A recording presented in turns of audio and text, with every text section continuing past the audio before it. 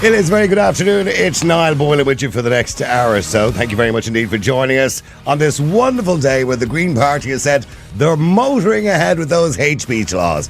If they can't beat you, they'll just shut you up. That's what they want to do, of course. Ireland bringing in probably the most Orwellian speech laws that across Europe, and this is all to do with the EU Digital Treaty. We shall talk about that a bit later on as well. But speaking of shutting us up, when it comes to crime figures, it seems we've been shut up for a long time because we have seen a massive increase in crime over the last 20 years. Mind you, that's to do with the population increasing from 3-point-something million to 5.1 million. So certainly we are going to see proportionately an increase in crime. But some of those crimes are crimes we're not used to or not familiar with. Knife crime, for example, is on the increase, massively on the increase. I mean, when was the last time that you saw people running around the streets with machetes? Well, certainly we wouldn't have seen it 10 or 15 years ago, but we see it quite a lot nowadays.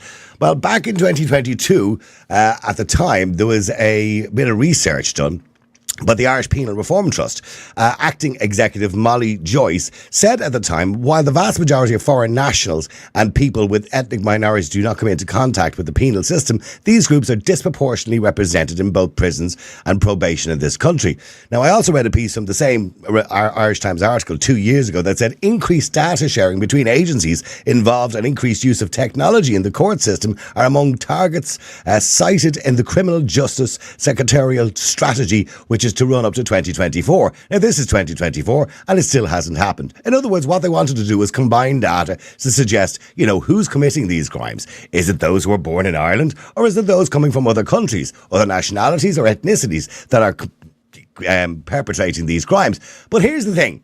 Does it make a difference? According to the lefties, it doesn't. It doesn't matter who's committing the crimes because they're here anyway. So let's not point out where they happen to be from because it's not really important, and all it does is create a division in society and stigmatises ethnicities. They even suggested at the time that members of an Garda Síochána should be expressly required to record the racial or ethnic origin of a person during a stop and search, and stronger wording should be included in the Garda Síochána search powers bill to prohibit racial profiling, accompanied by detailed guidelines that are developed in consultation with relevant groups. Now, in other words, the point is, we do not, like the UK, keep statistics on the nationality or ethnicity of criminals because the left believe it's not important and that it stigmatises people. But is it wrong to keep these type of statistics? And do you think it creates a stereotype or creates division? Because that's what they will tell you. Now, Alex Phillips is a British TV presenter with Talk, and she is also a journalist. And her video went viral during the week when she pointed out this fact and her own experience as a woman. Let's have a little tiny clip of that video just to see what she was saying. To coin a favourite phrase of the left wing, it has been my lived experience over the past 3 years or so that a lot of crimes happening against women especially seem to be committed by people who aren't from this country. I've been followed home with a man in one of those Afghan kulpul hats chuntering away in some language. All the way to my front door, I had to hide in my neighbour's house and pretend I didn't live in my house because he was lurking around outside trying to do indecent things to himself. That's right. I've also had my phone robbed off me by a Roma woman with a scarf on. And I'm like, yeah, what are we doing here? Who are these people? Why are we importing all this stuff? I cannot walk down the street where I live anymore without weird men leering at me, making comments. Weird men leering at her, making comments. Alex, thank you very much indeed for joining us, and I appreciate you coming on the air today to talk to us. Alex, your own lived experience clearly means that you feel somewhat unsafe and harassed. But now the lefties will say, and you mentioned it as well in your video, I didn't want to play it all because we're going to get you to explain it all. The lefties will say, this is not important. It really isn't important who's leering at you or interfering with themselves outside your house because it's irrelevant, because if they get caught, they go to jail anyway. So, and they're here, there's nothing you can do about it. So why do we need to point out where they happen to be from?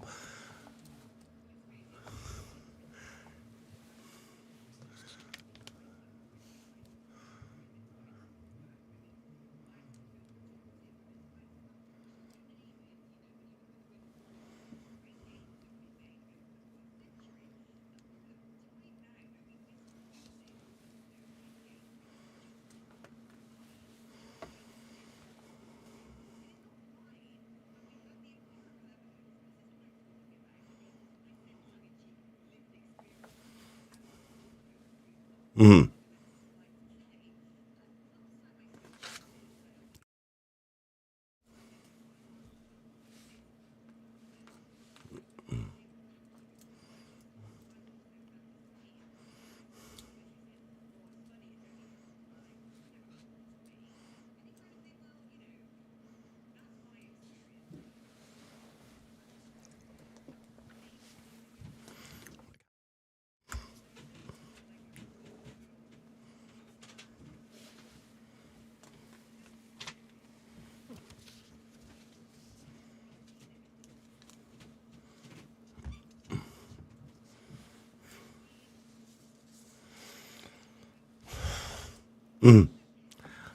Alex, I'm gonna just hold that thought just for a second, and I do apologise. We do have a slight problem with your audio. So what I'm going to do is, I know our listeners are listening at the moment. I'm just going to do a reset on it, and I do apologise to all our listeners who've tuned in as well. So what we're going to do is a quick reset. You'll hear something else for a few minutes, and Alex, I'm going to come back to you in literally 2 minutes. Okay, so I do apologise. We'll just come back to you in a second. Okay. We will come back to you in a second, so I do apologise. So if you are listening live or you are watching live, just tune back in again, in other words, and we'll sort that out.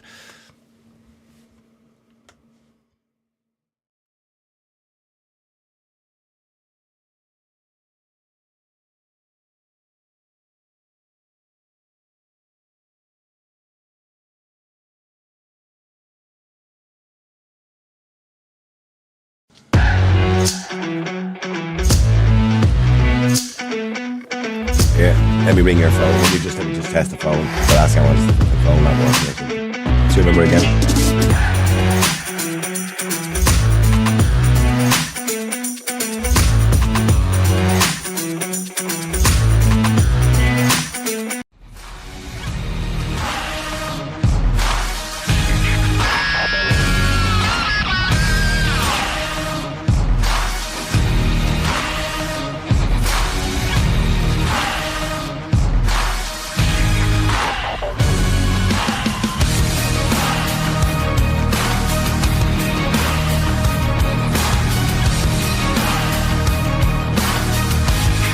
I do apologise for our false start today. Can I say, in the year that we're doing this, that has never happened to us before. There was an update of the system this morning. You know, one of these simple updates that you do, you know, on a regular basis that, well, technician-y people do. I don't do. The fella in my ear, he does all of that. We do these updates and everything seemed fine, but all of a sudden everything decided not to work at the last minute, and it's quite humiliating, quite embarrassing and quite amateur, and I do apologise to everybody. We should get it sorted out because we have a couple of interviews that we will be doing later on this afternoon, as you know, and I mentioned already. Getting back to what I was talking about, for those of you who didn't tune in at the start and you're just tuning in now, we're talking about why we don't keep statistics in relation to crime in this country when it comes to ethnicity and nationality. Now, there were suggestions back in 2022 that we change the system and we do keep some level of statistics, and that the Garda Síochána, even in Stop and Search, keep anonymised statistics in relation to nationality and ethnicity. But of course, the lefties will tell you that's not how we should do things, because if we do things like that, well, essentially what happens is we start to stigmatise people, and we start, I suppose, saying that, you know, certain ethnicities or certain nationalities are responsible more for crime than others. Well, one woman who went on a bit of a rampage about it is TV presenter and also journalist Alex Phillips in the UK, because they have a similar situation. And for those who didn't see it the first time, let's have a little quick clip of that video that she put up online in relation to this. Go ahead. To coin a favourite phrase of the left wing, it has been my lived experience over the past 3 years or so that a lot of crimes happening against women especially seem to be committed by people who aren't from this country. I've been followed home with a man in one of those Afghan kulpul hats chuntering away in some language. All the way to my front door, I had to hide in my neighbour's house and pretend I didn't live in my house because he was lurking around outside trying to do indecent things to himself. That's right. I've also had my phone robbed off me by a Roma woman with a scarf on. And I'm like, what are we doing here? Who are these people? Why are we importing all this stuff? I cannot walk down the streets where I live anymore without weird men leering at me, making comments. Weird men leering at me, making comments. Well, we did hope to have Alex obviously on video so we could chat to her, but we do have her on the phone because unfortunately for some reason that is an aspect isn't working on the show today.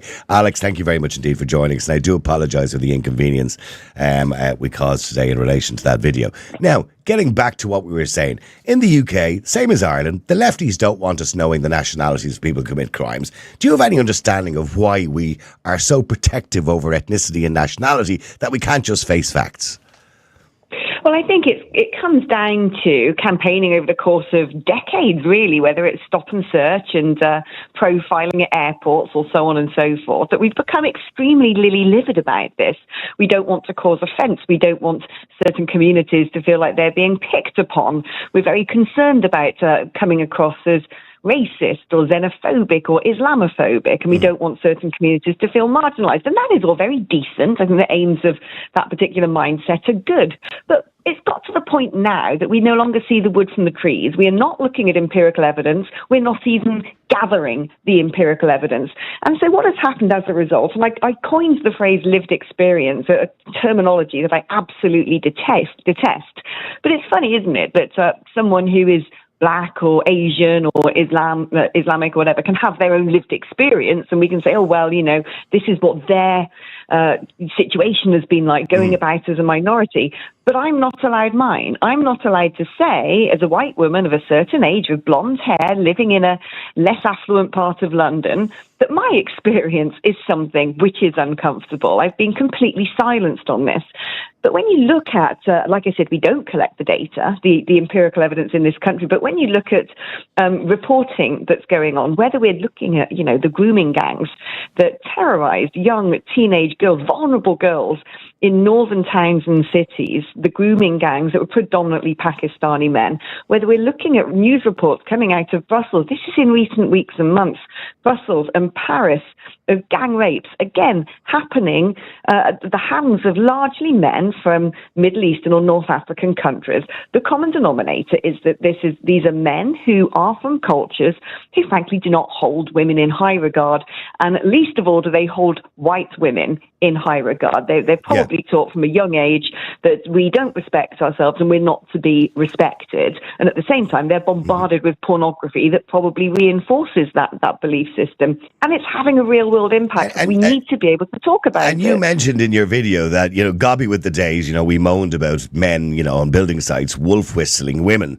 And you go, well, this is a completely different situation because you don't feel as threatened. Now, I remember many years ago we had conversations on the air here and on the radio as well in relation to bringing in legislation to ban wolf whistling, which I always thought was the most ridiculous thing. Not that everybody should be wolf whistling at women. I think it's quite Neanderthal. But you said, even at the time, that, you know, wolf whistling wasn't too bad. In fact, every now and again, it made you feel quite good about yourself. But this is a whole new level of harassment. Yeah, it is. I mean, look, at the end of the day, it's about personal space and the feeling of threat. And if someone's whistling at you from a van, they're not near you, they're not actually approaching you, they're not trailing you, they're not getting into your personal space, they're unable to make physical contact with you, basically. Now, if any man, regardless of culture or ethnicity, comes up to you and follows you and harasses you, it is uncomfortable. As a woman, you're constantly there thinking, well, this person, if they wanted to, could actually physically dominate me. But what I'm talking about is what we have now is a culture where it has advanced beyond that. There are men who do follow you down the street, men who do constantly and persistently harass you, and they don't tend to be the men of originally this country. And it's not about colour of skin. This is about culture. And, you know, what I would say about this is women have been sort of taught over years that me saying I find it, you know, okay for a build to wolf whistle to me, but I don't want the man who, for me, discernibly hasn't been born and raised here following me down the street. You're almost taught to think, is that me being racist? Is this me having a different viewpoint because this person's English and this person I don't believe is English? It's not. It is the method of the harassment. I mean, you even said in your video, because you had a good old rant, by the way, in your video, which has now gone viral, but you even said, I'm now probably going to be called a racist for even suggesting it. And that's what happens, because even in this country, we're not allowed to talk about it. We're not allowed to talk about these things. So much so, they're trying to bring in these Orwellian hate speech laws at the moment, which will shut us all up, or at least create a chilling effect that we'll all be afraid to speak. I mean, we have as big a problem as the United Kingdom, if not bigger, because over the last 3 years, it has amplified even more, because since Rishi Sunak suggested they were all going to go to Rwanda, they left England and came to Ireland. So we have an even bigger problem at the moment. Now, of course, the Rwanda plan is now gone, thanks to Keir Starmer. Mind you, I don't know how long he'll last in power, but there's a good chance now that we should be able to send people back to the United Kingdom. I can't see our government government wanting to do it because they pander to the left constantly all the time. So we have a glut of women who call me on a regular basis, particularly on the podcast, and say, I'm terrified walking around my own estate. My daughters are terrified because of men who you say, and I agree with you, have medieval beliefs when it comes to the treatment of women. But you're not allowed to say that, and i.e. you're not allowed to correlate statistics, or the Garda Síochána, our police service, are not allowed to correlate statistics because that stigmatises people, because we are told we must accept this is the way life is going forward. Right. It's actually worse than this, because what you've got is the twin action of not only are we not allowed to talk about this, not only are we not keeping the empirical evidence, which we could then point to and evidence our claims, even though we know what is going on, we're also focusing, our societies and our public institutions are focusing on telling people that they have subconscious bias. They do all of this diversity training and they're sat there and made to say, you probably are racist. The thoughts you're having, even subconsciously, are probably because you are racist and prejudiced, and you have to second guess and check yourself all the time.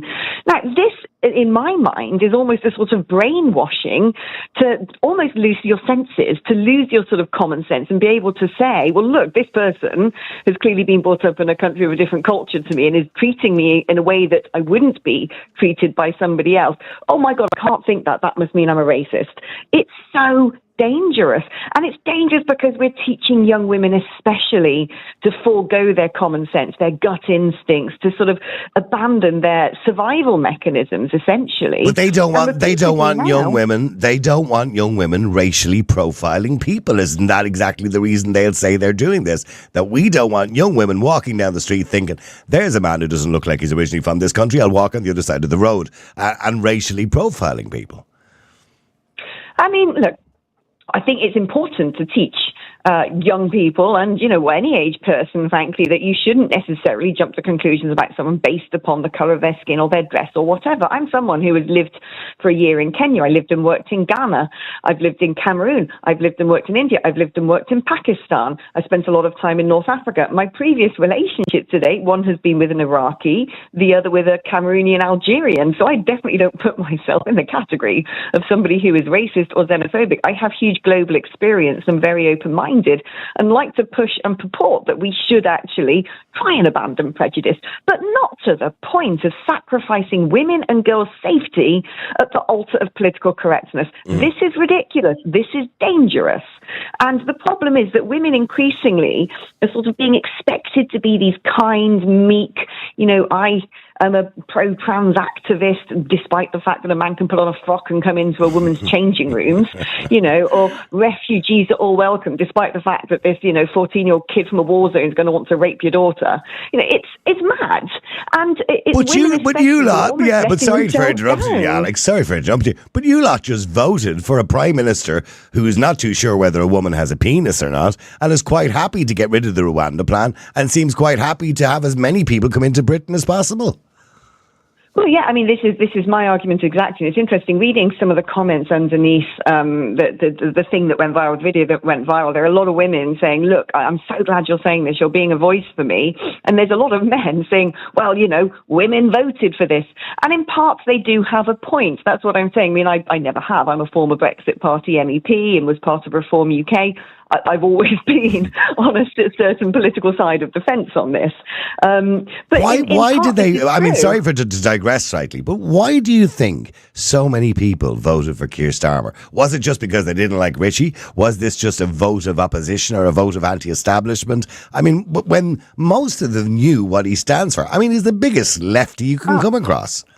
I mean, look, it's not exactly an anti-establishment vote, is it? That is the establishment. They voted for the establishment in droves. Well, actually, they didn't vote for the establishment in droves. So let's look at this. Reform got 14%. They did okay, yeah. Well, yeah, I mean, look, the Labour Party got fewer votes in this election than in the previous two elections that they lost. This was a collapse of the Conservative vote, and under first past the post system, basically when people feel that it's a binary choice, the Labour Party have ended up cashing in big time, but they've got 34% of the votes and 68% of the seats. So let's not look at this as a huge Labour triumph and people going, my gosh, we really want the Labour Party.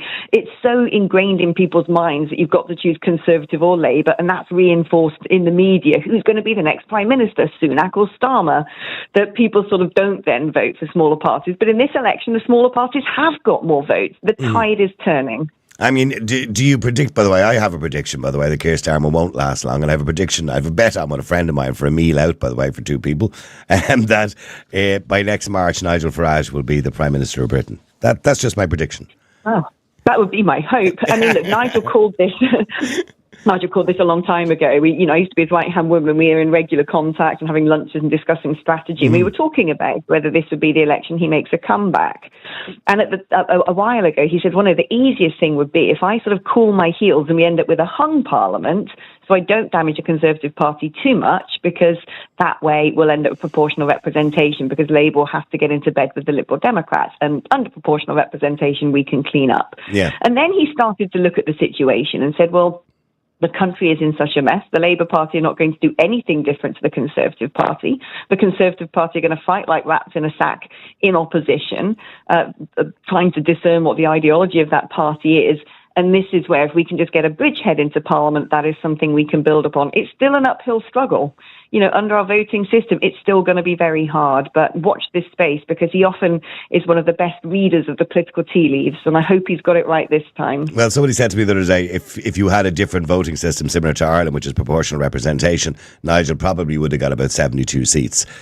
So would have been pushing up on 100 odd, actually. Yeah. And also the thing is, it'd probably exceed that, because one of the things that is a suppressant of the number of seats smaller parties get is, like I said, people think it's a fait accompli that you've got to choose between two, and a vote for a smaller party is a wasted one. If we had a proportional system where people knew if they voted whoever it may be, Lib Dems, Green, Reform, SNP, Plaid, that would transfer into lots of seats, and that vote share would actually go up again.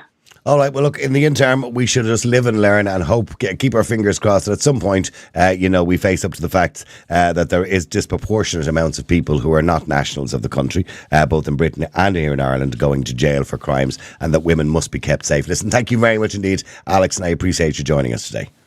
My pleasure.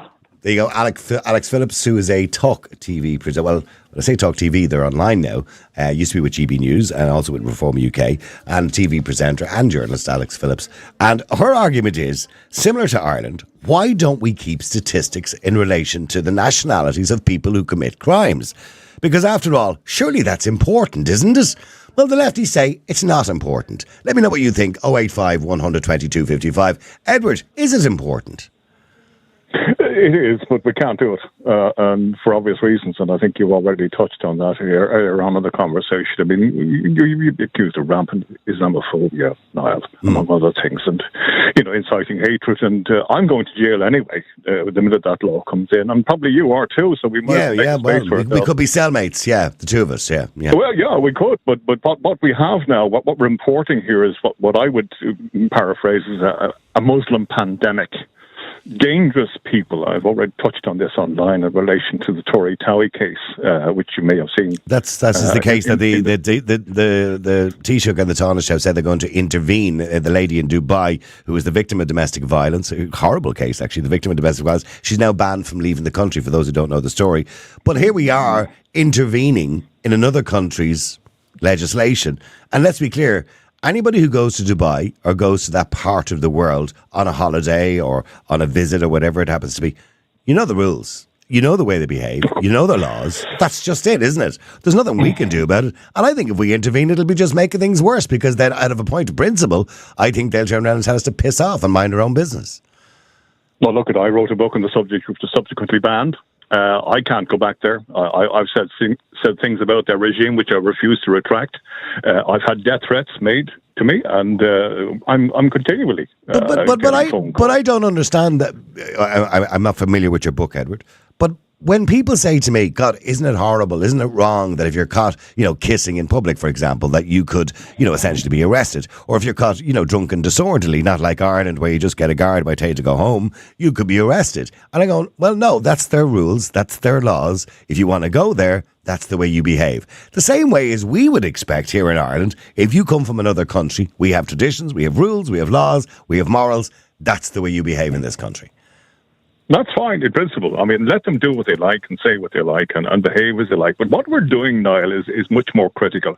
What we're doing is importing that culture into our own ranks here. That's the problem. We have them floating around the streets, assaulting women, treating the majority of women, as far as they're concerned, who wear anything above the knee are prostitutes. So let's be clear about that. That is a fact. And the imams, the religious leaders, describe them as such.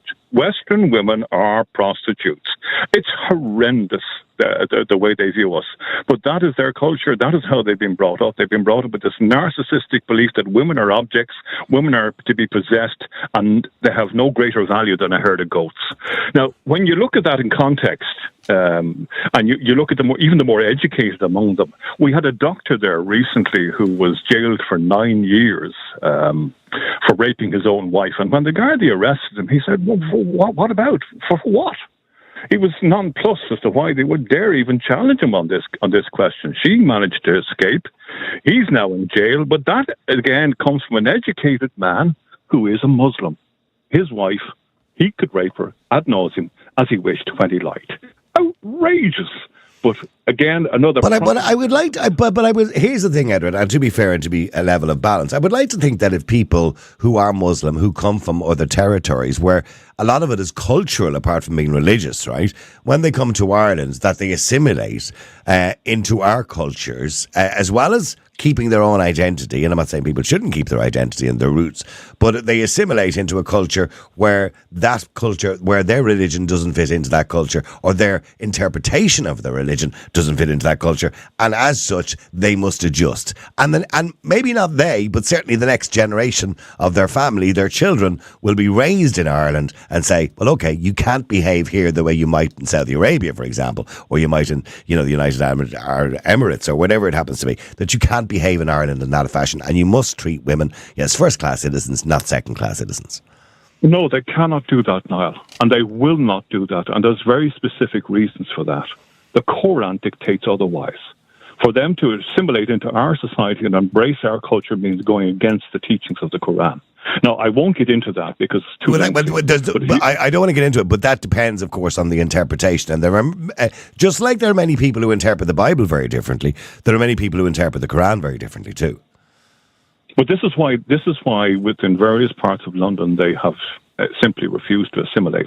They refuse to integrate. They live within a parallel system. Near the twain shall meet. These cultures will not embrace ours, and we will not embrace theirs.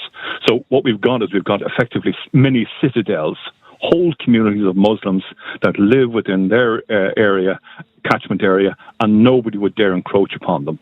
We're importing that into Ireland here simply because the Quran demands that they adhere to this. Oh, we're losing your phone there, Edward. Sorry, move back to your phone. Sorry. You shall not embrace another culture. You will take over, is what it dictates. You will get us to assimilate into their culture, not the other way around, no matter where you reside. But again, that depends on how seriously somebody takes their religion. And if you take, 40% or 50% of Irish people don't take religion seriously, they don't practice their religion. They might be down on a piece of paper as a Catholic, but they don't practice their religion. They don't go to Mass every day. They don't sit down and pray every day. Just like many Muslims in this country don't practice their religion. They go out for a drink. They go out for a drink. They're the exception. Yeah. That's the exception rather than the rule, because it's a very, very controlling religion. You can't leave it without fear of threat of annihilation. There are so many restrictions on that religion you would not believe. I mean, I could write another book on the subject, Niall, but I won't go into it here today. Oh, getting back to the question that we originally started out on, because I think that's the important question today is, 2 years ago, there was a suggestion that we start to record, racial and ethnic origins of people involved in crime, or stop and search with the Garda Síochána. But of course, the left said, no, this is not important because all that does is encourage racial profiling. So let's not do that. Do you think it's important to record, the ethnicity or the nationality of somebody who commits a crime? Of course I do. Of course I do. But to implement that is virtually impossible. you're going to have every human rights and NGO organisation coming down on you like a ton of bricks. It's simply not workable. It's not tenable, and I can't see it ever happening. But why shouldn't we be doing it when we got 20% of the prison population at the moment are non-Irish, and when only 12% of the population are non-Irish, that means it's disproportionate. So surely it's in our interest to understand why more non-nationals commit crimes than Irish people statistically, according to the prison service, and the fact that there's 20% non-Irish in jail and there's only 12% non-Irish in the country. So surely it's in our interest to understand why what's the case. It might work for a census, but it certainly won't work within the confines of law. The law dictates that you cannot discriminate based on colour, creed, or religion. You simply can't. So if you were to argue this as a case law point of view, from a case law point of view, you're going to fail automatically, and they can quite legitimately seek compensation for you daring to suggest that it's a Muslim crime, not a religious or Catholic crime. But if you're saying under equality law that it would be discrimination, right? Because we're discriminating against colour, creed, or whatever it is. If we go under equality law, if that's the case, we shouldn't even keep a record of whether somebody's a man or a woman, because under the Equality Act they're also protected too. So where do you draw the line then when it comes to keeping statistics? Surely we're entitled to keep statistics. How statistics are used is a different situation. It's a form of prejudice. I mean, I'm agreeing with everything you were saying, Niall, but it is a form of prejudice. And they have a right to be protected against any type of prejudice or bias, no matter what colour they are or what religion they are. And that is the law in this country. They don't extend the same right to us, by the way, when we go over to theirs. No, there's the dichotomy. Yeah. No, they do not. Absolutely not. If you're a woman, you're fecked. Do me a favour. Well, hang on, stay there a second. Let me go to Belinda as well. Stay with me, Edward. Belinda, hi, how are you? Hi, Niall. Thanks for having me on the show. Good. Belinda, do you believe we should be keeping statistics on nationality or ethnicity when it comes to crimes? According to Edward, we can't do that because that's discrimination. No, definitely we should be, because we have to know whether that's a way of life for these people or an individual belief. And if it's a way of life for them, for their culture, then we could control who comes into the country. I'm comparing data from other European countries just to make sure that it's not an individual thing, that it could be a cultural thing, and it could be in their belief. But we know it is cultural. But you don't have to guess that. We know, Belinda, that many of the crimes that are committed are due to the fact that people have different cultures or different beliefs of what they believe is right and wrong. So we know that. Yeah, but I think it's important to know where they're from. Just so that you can monitor things better. And I understand the point that you make. But I understand the point you make. But here's the thing. So let's say we'll talk about crimes of a sexual nature, right? Sexual assault. Yeah. And let's say you find out that 5% of people who committed a crime of sexual assault were from Afghanistan, right? Let's say you find that out. Okay. So what are you going to do? What can we do with that figure? Because the argument is those people are here already. They live here. Can't chuck them out. So how do we deal with it? Do we then just stop letting people from Afghanistan into the country?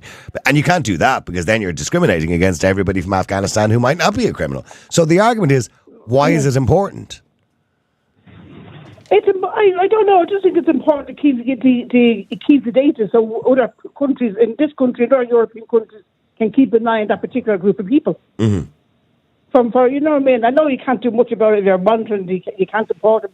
But then again, if they're illegally here, you can deport them. Well, only if they're illegally here, yes. Yeah.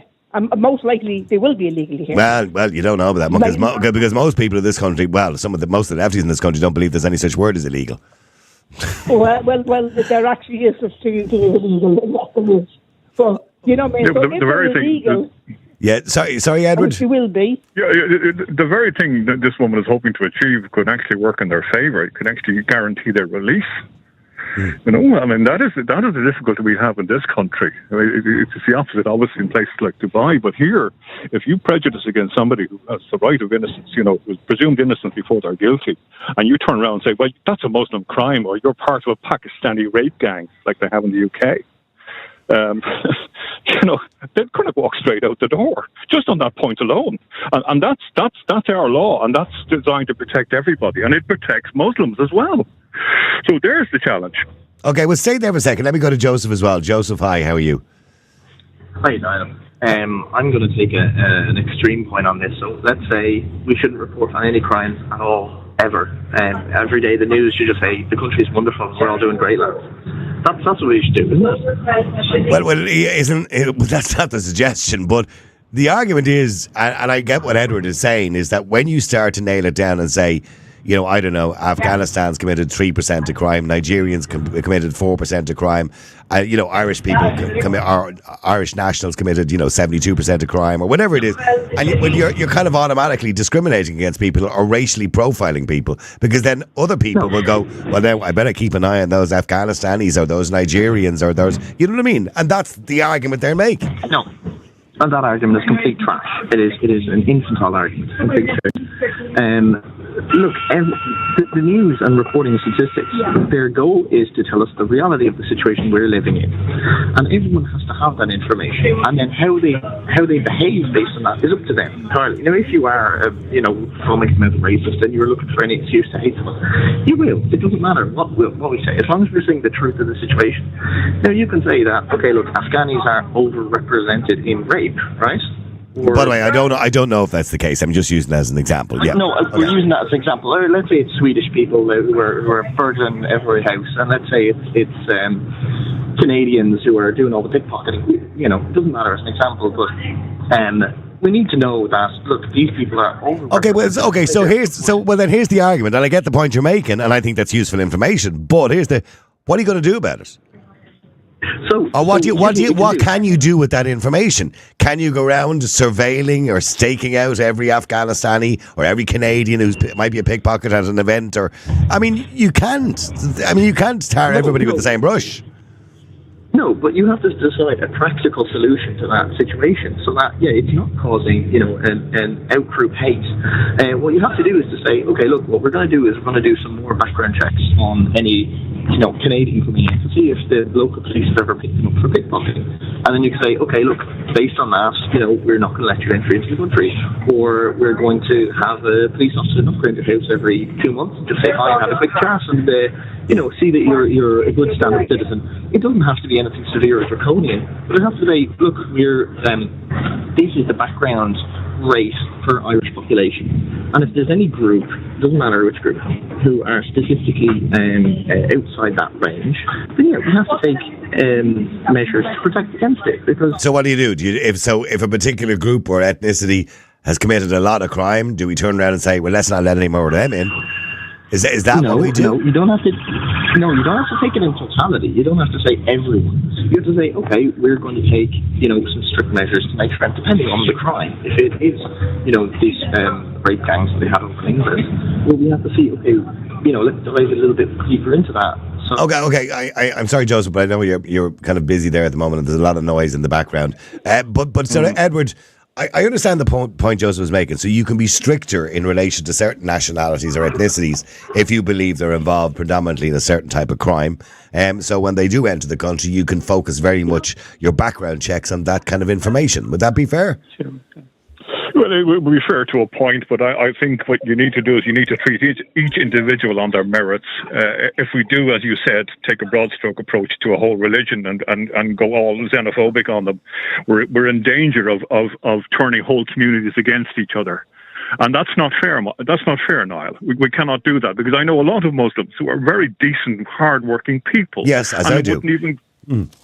I do, yes, and they wouldn't even contemplate treating girls or women the way some of their colleagues do, and that can put. But does that not contradict your first argument when I said to you that it all depends on the interpretation of the Quran? Because you said to me, that Muslims are quite serious about their religion, unlike Christians, where many of them are quite a la carte. But what they need to do, what they need to recognise is once they're living here, when in Rome, you behave yourself. And there's some of them who are intelligent enough, and I use that word lightly, Niall, intelligent enough to recognise that they cannot conduct themselves the way they would back in the likes of Syria or Afghan. Okay, stay there for a second, Edward, if you can. Speaking to Edward in relation to this, and also Alex Phillips, a TV presenter earlier on, who was talking about, as a woman, how dangerous it was, or she felt in London, and why we're not recognising or keeping statistics in relation to, nationalities or ethnicity when it comes to crime figures. Councillor Malachy Steenson joins us as well. Malachy, good afternoon to you. Malachy, you heard Edwards, afternoon. although those figures may be useful somewhat, there's not a lot we can do with them. It would be discrimination, and it would be just wrong to keep those kind of statistics. Well then, Niall, why do we say that when a young fella's charged here and comes from Crumlin or the inner city or Tala, that we instantly say where they're from? So surely that's discriminatory. If your argument that somebody's well, it probably is. Well, it probably is to some degree, isn't it? But there's none of the left are saying that we shouldn't identify those people. It seems that it's okay to identify and marginalise our own native people, but not those who have just come into the country.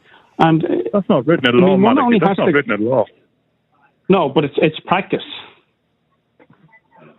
And what needs to happen is, well, firstly, if somebody comes in here as a guest and they break the law, they should be put on a plane and sent back to where they came from. I don't think anyone disagrees. I don't think anyone disagrees with that, by the way. Right? Well, the government do. Well, the government and the whole NGO and political class in this country, backed up by the left, disagree with that position. But what we have coming into this country now is not the doctors and the surgeons that we're told we're getting. They're the lowest of the low. They're people who have moved through Europe and mainly ended up, a lot of them in the UK or other European not countries all of for them. years. Not all of them. The majority of the people coming in to apply for asylum have been in other European countries for many years. The government itself admits that. That's why they're stopping buses on the border and checking trains. Most of them are coming in from the UK. We said this almost 2 years ago. The government now concedes that that's the case. By the way, if the government 2 months ago said, there's a huge problem returning people to the United Kingdom because the High Court had ruled that the Rwanda plan, of course, meant that Britain was an unsafe country. I mean, now that Keir Starmer has abandoned the Rwanda plan, does that not mean that we can just send everybody back to the UK now? Well, Niall, if that was the reason why we couldn't send people back, why, before that decision was made and long before the Rwanda plan was ever even heard of, did we refuse to deport people who failed in their asylum applications? Why did we then grant an amnesty for all of those people who hadn't left when they were asked to self-deport? This is just a government trying to play to the middle ground and pretend that they're doing something. The same as getting back to rent a plane, which will never happen. Oh, well, the tenders are supposed to be in this week for that, aren't they? Anyway, I don't know why they want the planes now, to be honest with you, because I said with the Rwanda plan gone, with boats over to Liverpool would be grand. Anyway. We don't need a plane, Niall. We need to just close the borders. Okay, well, down the Irish Sea, I assume you're talking about. How are we going to do that, Maliki? How are we going to close the borders under the EU agreement? Hold on. How do we do that? I don't care about any agreements we have, right? The responsibility of the people who rule this country is to the people who are born here, to the Irish nation. And a country that can't secure its border has no right to even call itself a country or a nation. We have to secure our borders. And if that means policing the border between the 6 counties and here and turning people back at the airports, then that's what you do. We're an island nation. It's relatively easy. Michael, Maliki, that's all fine in principle, but it's just impossible. At this moment in time, we cannot govern our own borders. Why can't we? We're an island for starters, okay? We have no defence forces. We have no Garda Síochána that we can commit to that level of governing. So and secondly, that's not a can't. That's a won't. Look, we won't do it. Not that we can't do it. At this moment, we have a flood of them coming in every which way but loose. They're coming in through Belfast, which is wide open. They're coming across the border, left, right, and centre, Donegal. They're coming across to Letterkenny. They're coming through every gap in the hedge that you can think of. You secure the border. What are you saying? We just allow this to continue. We allow the houses. Maliki, as an ex-Republican, you know more than anybody else how difficult it is. As an ex-Republican, you would. I'm not an ex-Republican, Niall. Ex-Republican supporter. I'm a Republican. I'm an active Republican. Okay, I always have been. Okay. I'm a nationalist. Well, as a Republican, Maliki, you know more than anybody else how difficult it is to secure the border of Northern Ireland. And secondly, why would we want to do that, considering we value the common travel area and we have for years? Now I know, but hang on, I know. Pater Tobin had suggested the border down the Irish Sea, but that's not such a bad idea. Hold on, we need a border. You can't stop people travelling into the 6-county state from mainland UK. Right? Because the people in the 6-county state, backed by the political apparatus down here and by the the people who had a different vote but effectively voted for the GFA, said that the 6-county statelet was part of the United Kingdom until the Secretary of State up there decided to have a border poll where a majority up there would change it. And that's what the provisional leadership and the provisional... I don't want to go too deeply into this today, but what are you envisaging, Malachy? You know, soldiers or the Garda Síochána standing on every road that enters Northern Ireland? I don't know how many there's about 27 of them, I think, or something like that. Are you envisaging... checkpoints again. There's actually over 400 border crossings. Yeah, and then not only that, you can cross through the mountains and you can cross through fields and all sorts. So look, that's an impossibility. But look, let me get away from that question because all we're doing is muddying the water in the debate here. Getting back to crime statistics, Malachy, if I turn around to you today and said, okay, the crime statistics for sexual assaults last year were, I don't know, 3% Afghanistani, 2% Nigerian, 4% Indian, 7% Pakistani, 72% Irish national. What are you going to do with those statistics? What can you do with them? What difference does it make? And that's the point that Edward is making. Really, what does it do? Well, on one hand, it'll make no difference, because the criminal justice system in this country is totally broke. But what people are entitled to know, because you see, the state keeps saying, right, that there's no link between immigration and crime. In other words, that crime hasn't gone up because of immigration, right? If you go to any of the courts in this country, you will see a large number of non-nationals before the courts. So it's fair to assume that those people, if they weren't in the country, that those particular crimes wouldn't have been committed by them. Isn't that? Well, 20% of the prison population is also non-national. There was also a statistic in the paper 2 years ago where they said that non-nationals get longer sentences statistically than Irish nationals. And I don't know... that's not true. That's not true. Well, according to a statistic in the Irish Times, I was looking at it, yeah. Right. Well, I take nothing the Irish Times tells me as the truth. Okay. What judges regularly... It's argued in mitigation in many, many cases that because somebody is a non-national or their first language isn't English, that therefore prison on them will be harder. And that gets... But are you proposing a Muslim sex offenders register? Is that what you're proposing? I didn't mention Muslims. No, but that's what we already have a sex offenders register. I didn't mention Muslims. I am. I'm talking about all non-nationals. I didn't mention Muslims whatsoever. Because this is not a religious argument. Well, this is not a religious argument. Okay. Sorry, Edward, say that again. No, that's what's underpinning much of his narrative. He's saying, look, if we need a register, we need a database of certain offenders, which suggests to me that would be a Muslim register. Okay, because they're one of the biggest offenders. Hold on. I haven't mentioned registers. We're talking simply about whether the media should report on the nationality of criminals or people who are charged before the court, rather than cover that up. Where would that data be held? I mean, Malachy, I am as concerned as you are at the amount of people who come into the country and the fact that we don't check many people coming into this country and the fact that many of them do commit crimes and the fact that many women have said to me they feel unsafe. I'm equally as concerned as you. But the argument I'm just making is in relation to this particular topic on the show today, what difference does it for you to know right now at this very moment in time that, as I said, Afghanistani or Nigerian or Indian or Pakistani were responsible for X amount of crimes last year? What does that change? No, Niall. Whatever about the right to know. Okay. But so the lefties will argue, this is what the lefties will say to you. If you put out those kind of figures, well, then what happens is, on a certain type of crime, you're going to racially profile individuals. And you'll be accused of being far right. Okay, yeah. For instance, well, I'm already accused. I'm accused of that daily anyway, so yeah. That doesn't matter. Yeah. For instance, there are certain areas in working class communities, particularly in this country, that people would not feel safe walking through, right? Yeah. Why is that? Because they're dangerous and they have high levels of crime. Well, hold on. Well, how do you know it's a danger? Because the media told you. Yeah. And they identified a lot of crime being committed in those areas. Okay, so I would be dubious walking through Cherry Orchard because obviously Cherry Orchard has appeared in the media quite substantially over the last few years in relation to the Garda being attacked and everything else. But that's a fact, isn't it? Yes, but if you have an area, say, that's populated by one of the nationalities that's involved in a particular type of crime, and are concentrated in that particular area, and there are areas in this city which are populated by different nationalities, more than others, right? Haven't you a right to know that that area is possibly unsafe? Sorry, Edward, you can respond to that if you want.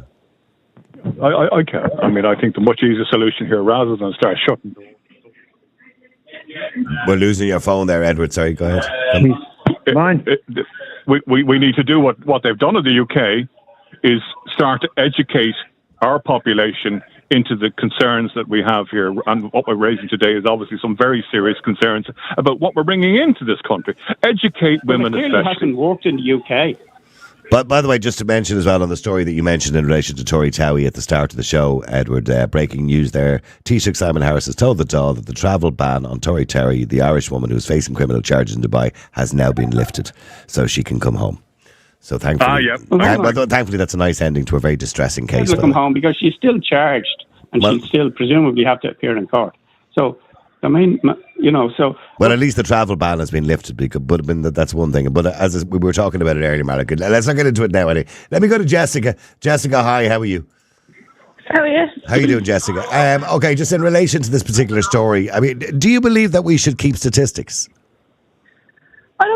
I know what you're saying, like, what use is it, but what harm is it to have them? Now, before anyone says, like, oh, but the lefties will say this, that, and the other, the lefties will say more than their prayers. And they throw the race card and the racism card. They don't, but they don't say their prayers. You're right. Well, they cry racism and racist, like the boy who cried wolf. That's what they're like. So literally find any reason to use that kind of card. Yeah, well, their argument is that you'll racially profile. Do you know what I mean? Or that the Garda Síochána for stop and search will racially profile if statistics are available, which kind of say things. Yeah, but as Maliki said himself, I could get arrested tomorrow, God forbid now, if I committed a crime. I could get arrested tomorrow and all over the papers it will say Jessica from Finglas. And instantly everyone thinks, oh yeah, of course she's from Finglas. Look what comes from Finglas. Like, how's that fair? I mean, it is a fair point, Edward, that Maliki and Jessica raised. That, we do see regularly the paper, John or from Tala or Miko from Ballyfermot or Jessica from Finglas or whatever commit a crime. And we, I suppose we do have an idea or a notion. From Ball's Bridge. We did, Niall, we did the same with the travelling community. We did that years ago until they started to scream blue murder and got a representative to enact an anti-traveller discrimination bill. And people are entitled to know that if a huge amount of the break-ins in country properties where old people are living are done by roving traveller gangs, and that has Maliki, I'm not arguing. Maliki, I'm not arguing against what you're saying. I'm saying merely the logistics of trying to put in place some sort of legislation or some sort of database that will identify these people is the challenge. We have databases that are telling us that 200 years ago it was 1% coal or warmer or whatever the current thing is. We've databases for everything that the woke liberals want. You've got to be realistic. You can't just go in with a hammer and sickle approach to this problem. The better problem is not to let them in at the hammer and sickle. That's not us. No. Hear me, please. Just don't let them in the first place. Well, I think Maliki would agree with that point. Sorry, just to come back to Jessica, because I didn't let her say very much. Jessica, as a woman, right, do you feel less safe now than you would have, say, 10 years ago? Because that's what Alex Phillips was saying at the start of the show, that as a woman, she feels less safe when, many people from different nationalities and different cultures in the country. Do you feel less safe? Well, I mean, like, I'm sure I'm not the only one who thinks, like, when you think about it, if you're a woman walking downtown at night, you already have enough to worry about with our own scumbags without thinking, like, where everyone else is coming from. And I'm not trying to say that to be bad, but like I wouldn't even dare walk downtown at night by myself, and I wouldn't even let Ciara. If Ciara even suggested to me, like, oh, I'm going into town tonight, blah blah blah, I was saying, not without me or no. Oh, you're like our bodyguard. No, like I know people say like, oh, but she's her own person, she can do what she wants and all. Not in this day and age with the fact that there's crap everywhere. Like I wouldn't be able to live with myself if something happened to her and I wasn't there. So what you're saying is not only do you feel unsafe sometimes with our own scumbags, but it matters more now, you believe, than it did before. Oh, 100%. Especially like when you, and I know it's hard to keep kind of bringing it up, but especially since Ashton Murphy's case, like that's been stuck in my head for the past 2-3 years now. Yeah. That was out. like I still can't stop thinking about when I heard that on the news. Yeah, well, a lot of people, a lot of women in particular, feel the same way when it comes to the Aisling Murphy case. Let me just. She's perfectly entitled. Yeah, no. She's perfectly entitled to feel that, Niall. And more importantly, I tell you something. There's a few other characters within the Dáil that should feel unsafe. Leo Varadkar, Roderick O'Gorman, they'd be fecked off the top of a building if they were in Dubai. Well, with certain countries in the world, certainly they would be. Yeah, I always find it, by the way, odd when I see these kind of groups, Queers for Palestine or whatever it is with their flag. And I'm going, yeah, I don't know if you want to go to Palestine, see how you get on there. If you want to wave that flag around a little bit and see what happens. I find it kind of a bit weird and disingenuous. Let me go to John if I can. Thank you, Jessica, for that. John, hi, how are you? Hi, how are you? There was a comment made just briefly there 1 or 2 minutes ago that we should educate our own Irish women who maybe have the dangers of other cultures and the way the male, obviously, of the species looks at Irish women right now. My answer back to that is, why should we have to educate our Irish women on the dangers of these people? Because we were doing okay until all this kind of stuff started to change and people came in from other cultures who look at women basically like just as sexual objects and just for procreation, just to have kids, that's all. They have no respect for them. They have no respect for their rights whatsoever. And as that lady has said there, it all changed with Aisling Murphy. Where I live, there's a lake just up the road from me, and I walk there every night for fitness. And when it started to get dusk, you could see, and if there's sometimes you have a lot of people there, sometimes you might get only a handful of people. But when the girls are running now, you can see the body language now, it has changed. You can see the way they look. They won't make eye contact with you, but people would salute you before, girls. Now they look away. They speed up and they're passing you, right? Their whole body, the demeanour changes. That's all on the back of what happened to Aisling Murphy. That change that lady has said there, it changed the whole mindset of women going out jogging on their own, even maybe 1 or 2 going out together, going to quiet areas, walking home at night, whatever. All that has been taken by one dirty, rotten scumbag who we took in here, gave him everything, and this is how he repaid the Irish people. No, you had the case where the child was stabbed in Dublin, right? And we saw what transpired from that, the riots, okay? Yeah. And the judge then, when this guy came to court, he told the media they wanted to report on it, whatever. For the simple reason, a lot of people didn't know what the nationality he was, right? They were afraid that it would kick off another riot, or maybe a riot every single night. But here's the thing. The point Edward is making is, and I understand the point, and I understand the point Malik is making. I'm listening to everybody today. But does it matter in a sense of what difference does it make, apart from satisfying our own curiosity and for us to go, there you go, I told you so?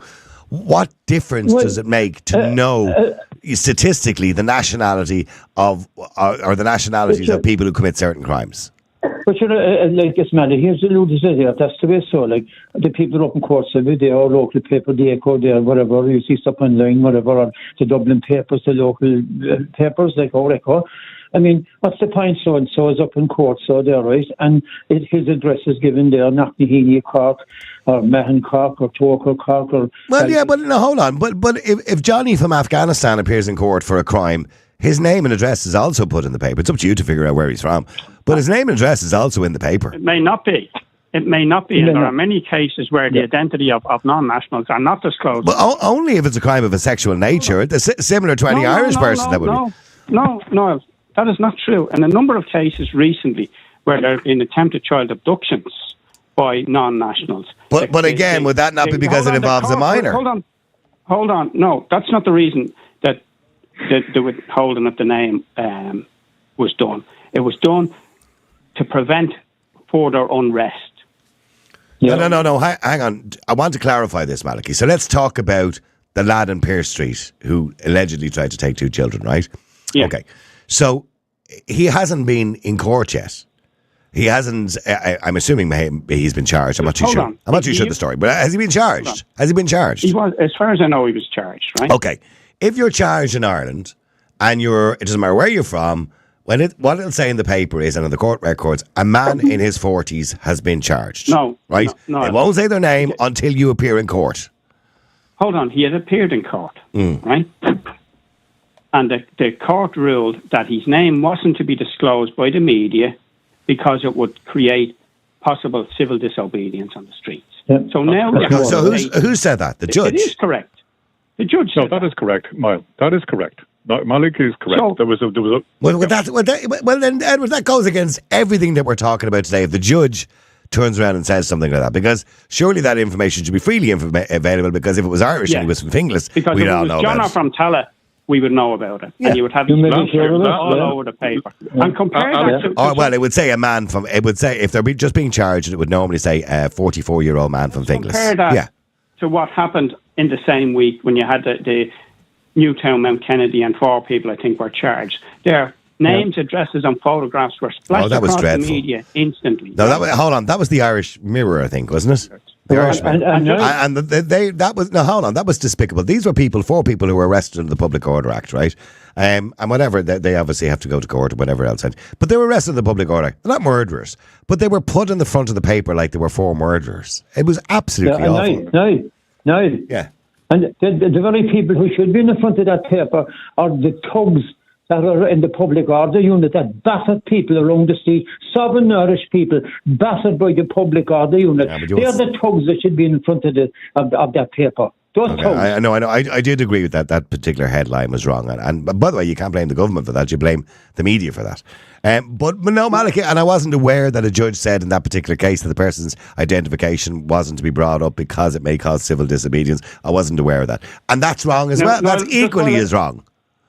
But the Gardaí are complicit. The Gardaí are complicit in this as well. Now, let's not forget they're deliberately. They're acting on the instructions of. Well, whatever the instructions. But we've the same problem in the UK. An MP, David MS, was murdered by a Muslim asylum seeker last year. Okay, and the political and media establishment tried to gaslight the public into thinking that the cause of the murder was due to people being rude on Twitter. That's a load of shite. Yeah. Okay. It was. Oh. Sorry, we're losing you there, Edward. There you go. Maybe some sort of conspiracy theorist will say somebody's interfering with our phone lines. Go ahead. Yeah, sorry. Go on. He was basically repeating an awful lot of what Alex Phillips said in the earlier part of your interview, that we have a problem here, Houston, and nobody wants to pay attention to it. And he was murdered, but it was put down to the fact that he was being rude to the Muslim community. And that was the reason for it. It was certainly nothing of the sort. But by the way, even if he was being rude to the Muslim community, or if somebody, that still has a reason to take a man's life. Anyway. No, of course not. Yeah. Yeah, sorry, John. Yeah, good, John, quickly. I've got to go to Madeline there. Go on, John. Yeah, it's not too long ago, I think, I not say drink this up, but I don't think it is, but McEntee, she actually said that anyone that has become an Irish citizen and that commits a serious crime, that the citizenship should be revoked and they should be deported. They haven't passed legislation on that yet, but there was a suggestion that legislation should be implemented, yes. Well Niall, let's just go back. Just address that, Niall, because... Sorry, go ahead. Hold on. Yeah, Niall, I just want to say 2 things first.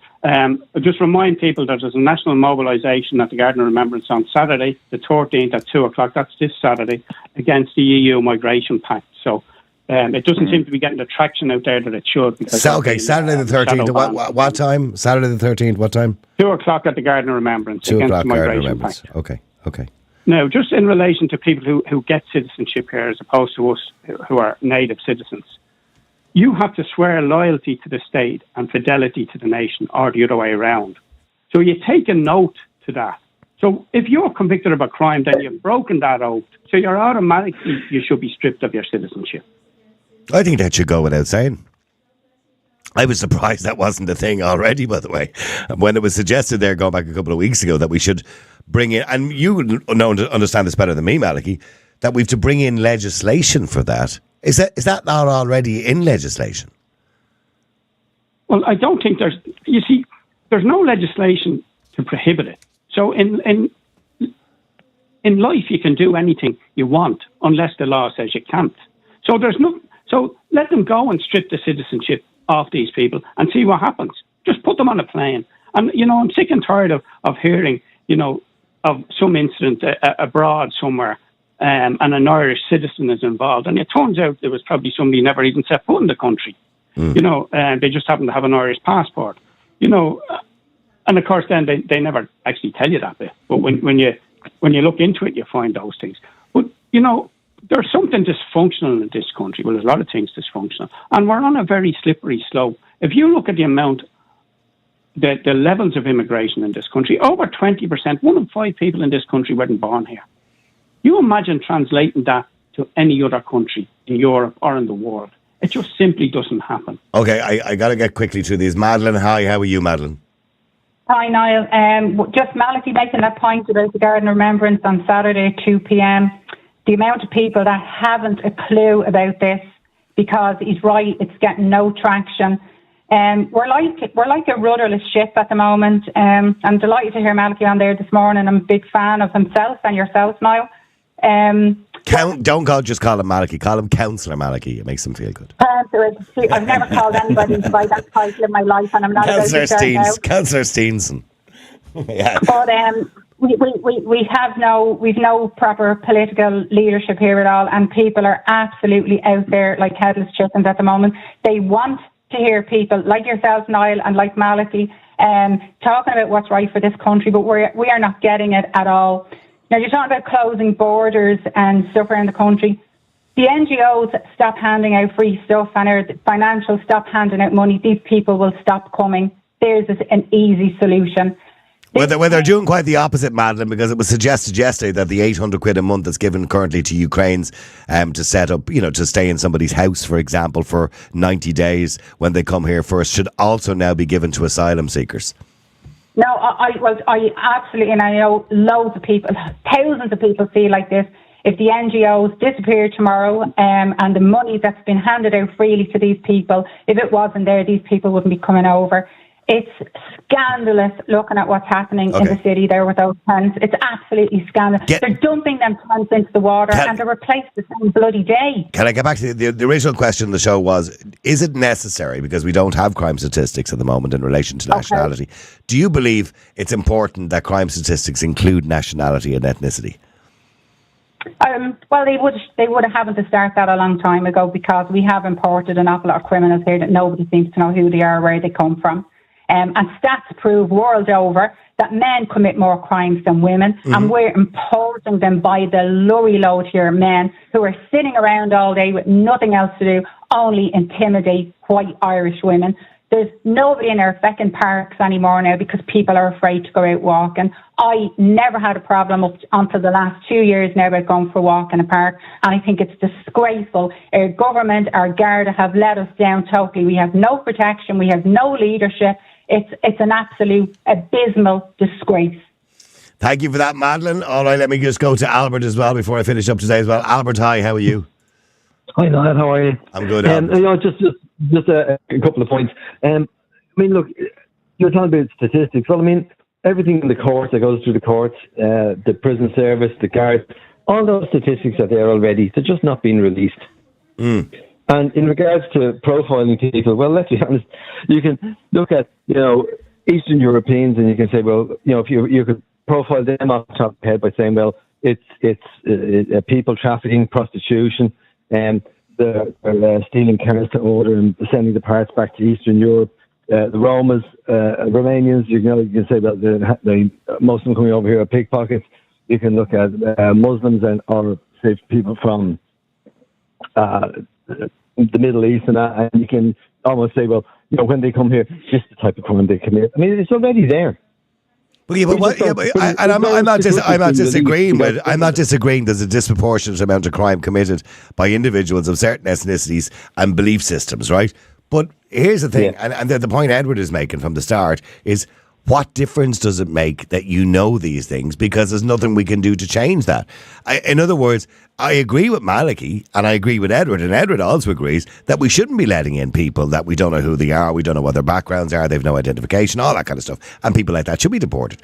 But knowing the statistic or the nationality of somebody or the ethnicity of somebody doesn't solve the crime. It doesn't stop the crime from happening, and we can't do anything about it because the guards can't keep an open eye on it because that's considered to be racial profiling. So where do you go? What difference does it make to know these things? Niall, it's common knowledge. Hang on, Edward. Just let Albert answer that question. Sorry, Albert. Yeah. No, the thing is that, first of all, we can't do anything about people within the EU and the free movement of people. But if they come here, they must come here to work. And a lot of them come here and don't work. And then they go into crime. If you look at a lot of the Eastern Europeans who are here, if they're not working, then what are they doing? So are they in crime? We just have to try and start following up on people. If they don't have, if they're not working, they're doing something else or doing something nefarious. But the real part is the illegal people who are coming in here, because we don't seem to be able to follow them, track them, or anything about them. And I mean, somebody made a very good point now about the girls running around the park or the lake. And I mean, they're looking at everybody suspiciously now because of what's gone on before. And I mean, it's bad enough for our own scumbags over here, but now we're importing them as well. But how do we get rid of them? Look, the thing is, it's one strike and they're gone. It's none of this going into prison or NGOs sticking up for them or anything else. Yeah, well, I was going to say good luck with that. And they're gone. Yeah. Yeah. Well, we have seen people have come to this country, as Malachi calls them, guests of our nation, come from this country, or come into this country and commit reasonably serious crimes, including rape and sexual assault, be released from jail and back into society again, not deported. Not only that, but they're in jail for a fraction of the time that they should be in jail for. Sorry, Edward, what are you trying to say, Edward? I was going to answer that. One of the largest mosques in Dublin. Move your phone back to your face there, Edward. Sorry, I can't hear you. One of the largest mosques in Dublin Clunsky has links to the extreme Muslim Brotherhood. Okay, it's the headquarters of the European Council for Fatwa and Research. And they have chaired for quite a few years the now deceased radical cleric Yusuf al-Qaradawi. He supported murdering gays, ex-Muslims and Israelis. Now that is right under our noses and nobody's paying attention to him. Well, I suppose it's like arguing that, I mean, there was people that mentioned, for example, the ECR grouping in the EU when I was running for the election. Somebody asked me who I was going to join, and I had told people who I knew that I would join the ECR. I certainly wasn't going to tell the media because they would have made a big story out of it and tried to lose me votes. But here's the thing. People said, oh, you do realise some of the characters that were in the ECR over time, many of them, would have been homophobic and called for death for homosexuals, etc., etc. And I'm going, yeah, but that's not me. And those individuals, I can't be responsible for everybody within the group, nor is the group responsible for everybody within the group. So I would say, I would make the same argument to you, Edward, in relation to that. I'm not suggesting, by the way, that isn't the case, and I'm sure what you're saying is absolutely true, but that doesn't mean that everybody that visits that mosque or everybody who's part of that mosque endorses that kind of behaviour. Not. You know what I mean? Of course not, but that is part of the Quran. That is part of their religion. No, I know. And again, it goes down to interpretation. And you are right, more people who are Islamic would interpret their religion a lot more seriously than people who are Christian, particularly in this country. But there are Christians around the world who interpret Christianity in different parts of Christianity in a very serious manner. I want to go to Lorenzo. But where does sanctioning murder come into that? It doesn't, Niall, is my point. Okay, stay there for a second. Let me go to Lorenzo. Lorenzo, hi, how are you doing? Hi, Lorenzo. Sorry, you there? Yeah, I'm here. Hi, Niall. How are you? I'm good. What do you want to say? Well, I think that it makes not much of a sense to know where they come from and who does what. Firstly, because it can be racist profiling in terms of, if it comes out that Italians do something, then do you count that I do the same? Or, what the purpose of the information has no sense. And I know even from an Italian point of view is the same in Italy in terms of 70% of crimes in Italy are committed by Italians, but always the not Italians are the one making the news and saying, they commit all crimes. They don't. It's 70% against 30. So I presume that I don't remember the percentage that you were saying, but 20% of people in this country in jail. It's 20% are non-national. Or non-Irish. Okay, and the amount of people who are non-Irish in this country is 12%. So it is a disproportionate amount, but in saying that, not hugely disproportionate.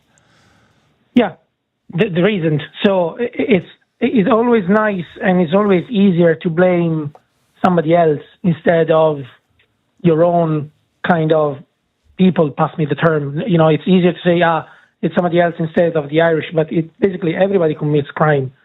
So, and from my point of view, all Italians I know, we are basically working on the total opposite idea of, yes, we are not in our home country, we have to behave.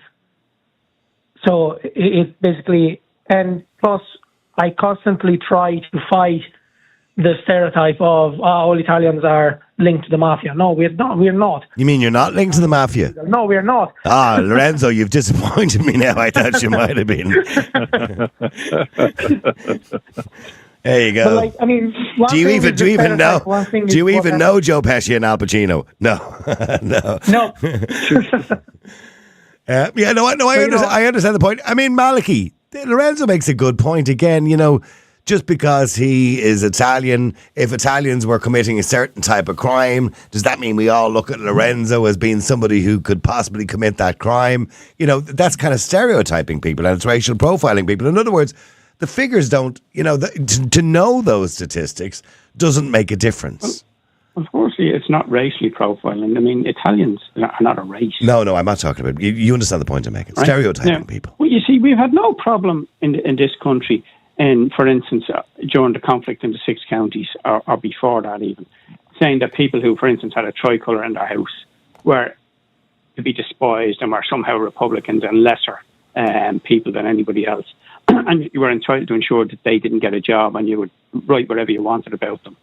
The same in this whole campaign against open borders and uncontrolled migration into this country. Those of us who have argued against that have been called fascist and far right and all of those things. So anybody who is on our side of the fence has been demonised and has been put into a box and is subject to closer scrutiny from the state and from the intelligence services and all of that than normal people. So they are, on one hand saying, well, we can't group everybody together when it suits them.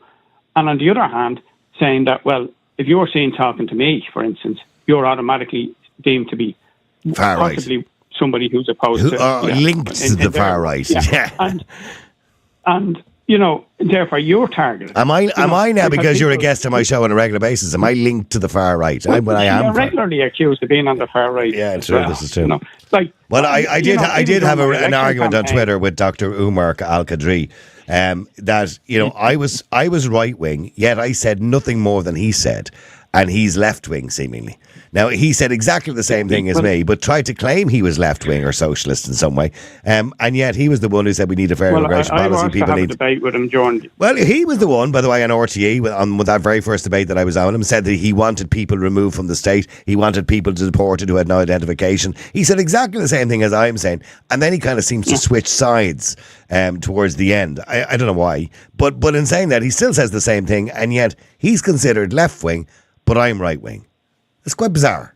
Anyway, Simon Harris is saying exactly what we've been saying. Yeah, but is he not right wing? So, well, but the difference is he doesn't really. But here's the difference: he doesn't really want to do it. He's just saying. I mean what I say. Yeah, I was just going to say the difference is he really doesn't want to do it. He's just saying it to get votes. Yeah, that's the difference. You have to say it again in October. Well, I mean, look, they went all gung-ho on it, didn't they, for the 4 weeks running up to the last elections, the local and European elections. We're going to do this, we're going to do this, we're going to hire planes, we're going to get rid of them, we're going to get tough, no more tents, all that kind of shite. And they haven't done any of it. And I told people at the time, don't believe them, they're liars, they won't do it. They keep the narrative up till the election. That's probably as far as they can keep it going. But, when we have people elected into Leinster House in October, and I think as Madeleine was saying, there doesn't seem to be any leadership. Be very clear, Madeleine, this is and this is your other listeners, we know tactically what we're doing, and we've achieved huge success in the local and European elections, and we saw the level of support that's there for people. Now, we didn't get as many seats as some people predicted. We got exactly this number of seats, particularly in Dublin, that I suspected we would get. And, we know what we will get in the general election, national election in October. Yeah. Okay. And, any of your listeners who are there, there's no point in just coming onto your show and talking about this. Get out there and campaign for your local nationalist candidate in this general election. And, do it. As I keep quoting Bobby Sands, he said, everyone has a role to play. Well, Edward, by the way, you're not going to run for election, Edward, no? I would. Yeah, I'd last about 5 minutes in the door before they feck me out. Before you're brought out in handcuffs. Anyone who has an issue with free speech in this country, I mean, forget it. You may as well move countries because, I mean, they would send a chill down your spine. I got a chill down my spine last night when I was listening to Paul Murphy talking about the left coming together. Transfer left, vote left, and and he wants to go into talks with Sinn Féin. These are the people who ran Breed Smith against Claire Daly. Claire Daly, yeah. In order to just stop Claire Daly. The Trotskyite left can never unite about anything. Yeah, well, look, here was the thing, and I did say that I was looking on Boyle Sports going back a while Other than ago. that hatred of me. Well, the hatred of you, and me possibly as well, by the way. But there was a look on Boyle Sports, and I think fifth down for the general election predictions was a Sinn Féin, Social Democrats, Green Party, People Before Profit, Labour government. And I was saying, can you imagine that? I just leave the country. Well, there won't be a Labour Party for a start, so you can take them out of it. I can tell you now, I would leave the country if that happened. I just packed this, and there's no point in staying. I'm secretly, Niall, I'm secretly delighted that you didn't get into Europe. And I say that with the greatest of respect, because what you can do is you can stay at home and store shite at home, because that's exactly where you should belong. It's just if in there now at the next election, and we'll make sure you get the votes and make sure you put manners on some of those feckers in the door, because that's badly needed, number one. Number two, get out half of these shitheads that we have flooding in through our doors. That's your mandate. And if ever there was a mandate, I'd make that top of your list among all other issues. Well, I'm assuming Malik will be running for general election as well this year too. So. No, he would not. No. Malik, are you running for the general elections? I'm assuming you are. I will be. I'll be standing in Dublin Central, and not for me, Niall, because this is not about me. This is about standing up for what we believe in, and it's about the future of our children and grandchildren, and creating, a better society. But they will never allow the right to get a majority. Look, we see what happened in France. There's no right in this country now. Well, there isn't really. They're only right so far. Yeah, well, there was a couple of pretend rights out there, by the way, but I'm not going to talk about that today because I get into trouble. All right. Listen, Maliki, thank you very much indeed. And Edward, I appreciate you. And remember, Saturday. Oh, yeah, Saturday, 13th, 2 o'clock, Garden of Remembrance. And that's in relation to the EU Migration Pact as well and everything else. Listen, thank you very much. Maliki, appreciate it. Thanks, Matt. Bye, Edward. Thank you to everybody who got on the show. Alex Phillips as well from the UK for coming on at the start of the show. I do apologise for the false start. We have a glitch in the system. And I have no idea what happened. But look, we shall sort it out. We shall fix it. It's one of those things. It hasn't happened to us in over a year. Thankfully, everything has run quite smoothly over the last year. But unfortunately, just today, we lost our control over our video guest. So we had to bring him back on the phone, which was a little bit embarrassing. And hopefully it won't happen again. Keep supporting us, by the way, because all those glitches cost us money. That means replacing something.